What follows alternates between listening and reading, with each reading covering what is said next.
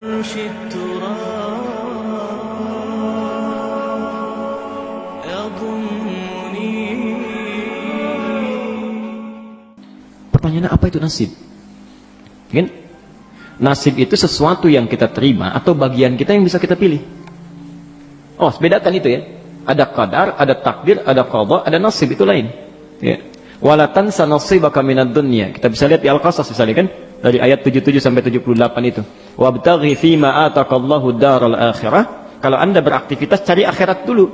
Wala tansa nasibaka minad dunya. Dan jangan lupakan pilihan duniamu untuk engkau ambil. Engkau ambil yang mendukung ibadahmu. Jadi ngambil dunia itu jangan semua mesti diambil yang kira-kira bermanfaat untuk kita sebagai bekal untuk akhirat. Ya. Misal, polanya Anda ingin berpakaian, ya. Maka yang didahulukan kepentingan akhirat dulu. Bagaimana caranya supaya saya sholat dengan pakaian terbaik, ya. Bagaimana supaya saya ibadah itu pakaian disukai oleh Allah, disenangi oleh Rasulnya. Dunia akan mengikuti. Ini rumus ya, karena saya sering dapat pertanyaan, orang banyak mengeluh, rezekinya macet, pekerjaan tidak terbuka dan sebagainya. Rumus Qur'annya, arahkan ke akhirat, dunia akan mengikuti. Saya perhatikan kenapa doa-doa itu jarang terkabulkan dengan cepat. Persoalan utamanya, karena seringkali meminta dunia. Itu yang jadi keliru. Ya. Kalau mau cepat, mintakan akhirat, karena kalau minta dunia, Anda nyarinya capek. Kalau minta akhirat, Allah yang langsung kasih. Itu dibuka pintu langit, pintu bumi dibuka. La fatahna alaihim barakati minas sama'i wal ard. Contoh, Anda butuh uang 1 miliar. Ya, untuk bangun rumah, ini dan sebagainya. Mintakan dulu kehendak ibadah. Dunia akan ikut. Duhai Allah, sudah 40 tahun hamba hidup engkau berikan kepercayaan. Hamba sudah syahadat mencoba dengan baik. Sudah juga salat, ya Rabbal Alamin. Hamba coba untuk sempurnakan. Tapi sampai hari ini, hamba belum mampu menunaikan rukun Islam yang ketiga untuk berzakat.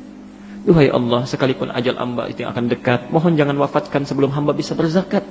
Anugerahkan kemampuan untuk berzakat 25 juta saja, supaya semua orang bisa dapat zakat dari hamba dengan kebaikan, bisa terinspirasi. Zakat itu berapa persen? 2,5. Kalau zakat 25 juta, minta berapa itu? 1 miliar. Ya, turunlah 1 miliar itu kita zakat. Selebihnya untuk dunia, silakan 975 juta. Baik Pak ya, yang kalau mau hitung-hitung tuh begitu cara ininya, mintanya kepada Allah. Baik. Nah, nasib itu bukan bagian kita yang begitu saja kita terima, tidak. Kita yang memilih, kita mengambil. Jadi kalau Bapak katakan itu nasib, itu pilihan kita. Anda bisa memilih mau baik, mau buruk. Nasib kita tentukan di situ, ikhtiar Allah menetapkan. Ya. Kalau kita bisa memilih yang baik, kenapa ambil yang buruk? Jangan katakan ketika berbuat buruk, ini nasib saya begini. Tidak, itu pilihan Anda begitu. Allah saking sayangnya memberikan petunjuk, disebut dengan hidayah, supaya tidak mengambil nasib yang buruk. Maka diarahkan pada hidayah. Ya, perhatikan. Saat azan berkumandang 4.16, pilihan Anda 2, teruskan tidur atau ke masjid. Salat. Ya, itu nasib kita tuh bisa kita pilih. Maka Allah berikan subhanallah petunjuk, digerakkan hatinya, cepat. Azan sudah berkumandang, tertinggal nanti kalau kamu tidur sebentar, bagaimana kalau tidur dalam keadaan meninggal? Digerakkan, bangun kita. Ya. Setan juga sama, begitu selesai azan, tenang, baru azan, belum komat, tenang, baru azan, belum komat. Itu berpacu kita. Pilihan itu yang kita tentukan, saat kita ambil bagian kita, itulah nasib kita. Ya. Si kakek tadi, dia bisa memilih. Ya. Dalam konteks dia ingin diamkan, dia bisa samarkan, ya. Bisa dia pilih tahadduts bin ni'mah, menunjukkan satu nikmat untuk memotivasi cucunya, atau dia bisa pilih riya. Ya. Dia ada wa amma bi ni'mati rabbika tahadduts bin ni'mah, boleh. Ini masjid alhamdulillah bisa dibangun. Ya alhamdulillah dengan izin Allah. Ya diantaranya dulu kakek pernah diberikan rezeki, disalurkan ke sini. Kamu juga dulu nanti kalau punya rezeki ya ke depan jangan hidup untuk sendiri saja. Itu boleh Pak. Sah hukumnya. Itu tahadduts bin ni'mah. Motivasi orang lain untuk beramal kebaikan. Sah hukumnya. Seperti saat ini misalnya, ini butuh untuk assalam sekian. Pak, insya Allah saya sepertiganya Pak. Bisa lakukan. Ya, niat kita apa? Bukan ingin dapat pujian, bukan. Ya, tapi ingin memotivasi amalan supaya berkembang. Karena itulah ketika Nabi mengatakan anfiqu fi sabilillah, si fulan datang, Rasul senyumbang A, Rasul senyumbang B, Utsman datang, ya Rasulullah kurangnya berapa? Kata Nabi, ini kurang lebih sekian. Kata Utsman, 1/3 harta saya langsung ambil. Utsman punya aset 6 triliun saat itu. 2 triliun dengan ringannya lisan mengatakan ambil sekarang. 1/3 harta saya. Ya, mesti ada yang seperti Utsman. Ya. Mesti ada yang seperti Utsman. Allah. Jadi tenang itu. Ya, tenang. Kita harus bersinergi. Kalau butuh sesuatu masjid, ada yang harus jadi Utsmannya. Makanya ada yang berusaha dalam kebaikan dunianya, niatkan ibadah. Begitu dibutuhkan, Allah titipkan pada Anda.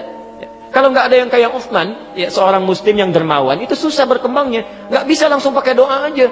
Assalam mau pasang kubah, Allahu Akbar, turun kubah dari langit. Gitu. Nggak bisa. Terus ada Utsmannya ikhtiar.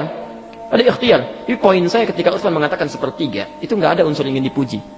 Jadi menampakkan kepada orang supaya termotivasi untuk beramal. Buktinya apa? Umar langsung datang. Ya Rasulullah, saya dengar Umar sepertiga ya. Betul, bala. Saya setengah. Saya setengahnya. Setengahnya harta Umar mungkin tidak sebanding dengan sepertiga harta Utsman. Tapi poinnya setengahnya. Umar itu selalu ingin berlomba dengan Utsman. Selalu. Masya Allah. Begitu dengar Utsman sepeninggal Nabi, itu punya kebiasaan, sibuk luar biasa, pekerjaannya bolak-balik Madinah, keluar masuk, ekspor impor, itu Utsman. Sampai saking hebatnya, sampai hari ini yang punya tabungan di Bank Saudi, sampai sekarang cuma Utsman. Utsman tuh punya amalan, sahabat Nabi dijamin masuk surga bersama Rasulullah tingkat paling tinggi, subhanallah, hisab dia sangat ringan, sampai hari ini masih punya investasi di Bank Saudi. Dulu zaman Rasulullah ada sumur, ya, yang itu dieksploitasi oleh Yahudi, dimonopoli. Kalau mereka mau minum mesti bayar. Sama Utsman dibeli, dibebaskan orang di situ. Dan kebun di sekitarnya dibeli. Sekarang difungsikan jadi hotel. Ya, setiap ada royalti dari situ dimasukkan rekening, diberi nama atas nama Utsman bin Affan, disedekahkan. Ya, sampai kiamat kalau kurang 2 hari lah ya. Kalau kiamat kan orang Islam nggak akan hidup, nggak akan hidup. Ya, sampai menjelang kiamat kalau masih ada, itu pahala mengalir bagi Utsman. Bayangkan. Seorang sahabat Nabi dijamin masuk surga, hisabnya sangat ringan, bersama Rasulullah surganya masih punya amalan sampai hari ini. Saya, Anda, kita bukan sahabat Nabi, surga nggak jelas sampai hari ini, ya, hisab masih menegangkan, amalan masih berantakan, hari ini masih sulit untuk beramal. Sampai hari ini. Padahal saking sayangnya Allah ditampakkan amalan di hadapan kita. Utsman itu sesibuk-sibuknya, malam masih bisa tahajud sampai hatam Quran dalam tahajudnya. Cek di At-Tibyan halaman 37. Di situ ada 2 paragraf. Setiap paragraf itu 8 baris. Cek bagaimana keutamaan sahabat di situ. Kedengaran oleh Umar. Umar besoknya 4 kali khatam Quran. 2 kali siang, 2 kali malam. Umar bin Khattab. Antum berapa kali khatam Quran? Ya. Poinnya bukan itu. Tiba-tiba datang seseorang yang selalu mendampingi Nabi, yang hidupnya diserahkan pada Rasulullah untuk kepentingan Allah dan Rasulnya. Tiba-tiba datang berbisik mengatakan, ya Rasulullah, saya semua harta saya. Bertanya Nabi, "Madza tarakta li ahlik?" Kamu tinggalkan apa untuk keluargamu? Allah wa rasulahu. Saya tinggalkan Allah dan Rasulnya. Allah. Dipegang tangannya, digenggam, diumumkan pada para sahabat. Abu Bakar, akhi, faman adahu faqad adhani. Abu Bakar itu saudaraku. Siapa yang mencela dia, mengganggu dia, menyakiti dia, maka dia telah menyakiti saya. Seorang Abu Bakar. Jadi kita bisa memilih, bisa kita beramal kebaikan, membawa orang untuk mengikuti amalan, itu namanya tahadduts bin ni'mah, bisa dengan kata-kata, bisa dengan perbuatan, tapi yang kedua bisa juga riya, kalau ada ingin pujian. Letaknya tipis unsurnya pada pujian, kebanggaan. Ya, jadi kalau kita menampilkan untuk kebanggaan dan pujian, maka jatuh riya. Tapi kalau untuk motivasi orang dan tidak ada motif yang lainnya, maka itu masuk dalam kebaikan. Hadis sahih Muslim nomor hadis 1893. Man dalla ala khairin falahu ajruhu misla ajri fa'ilihi min ghairi an yanqusa min ajri syai'. Siapa yang menunjukkan, memfasilitasi, menampakkan pada kebaikan dikerjakan oleh orang lain, maka dia mendapat pahala yang sama dengan yang mengerjakan tanpa dikurangi sedikit pun. Bapak infak kelihatan oleh orang, nggak niat kita untuk riya, dilihat orang itu pun infak, kita dapat pahala infak dia juga, walaupun kita tidak sama jumlahnya dengan dia. Itu masya Allah, itu tinggal pilihan, silahkan memilih.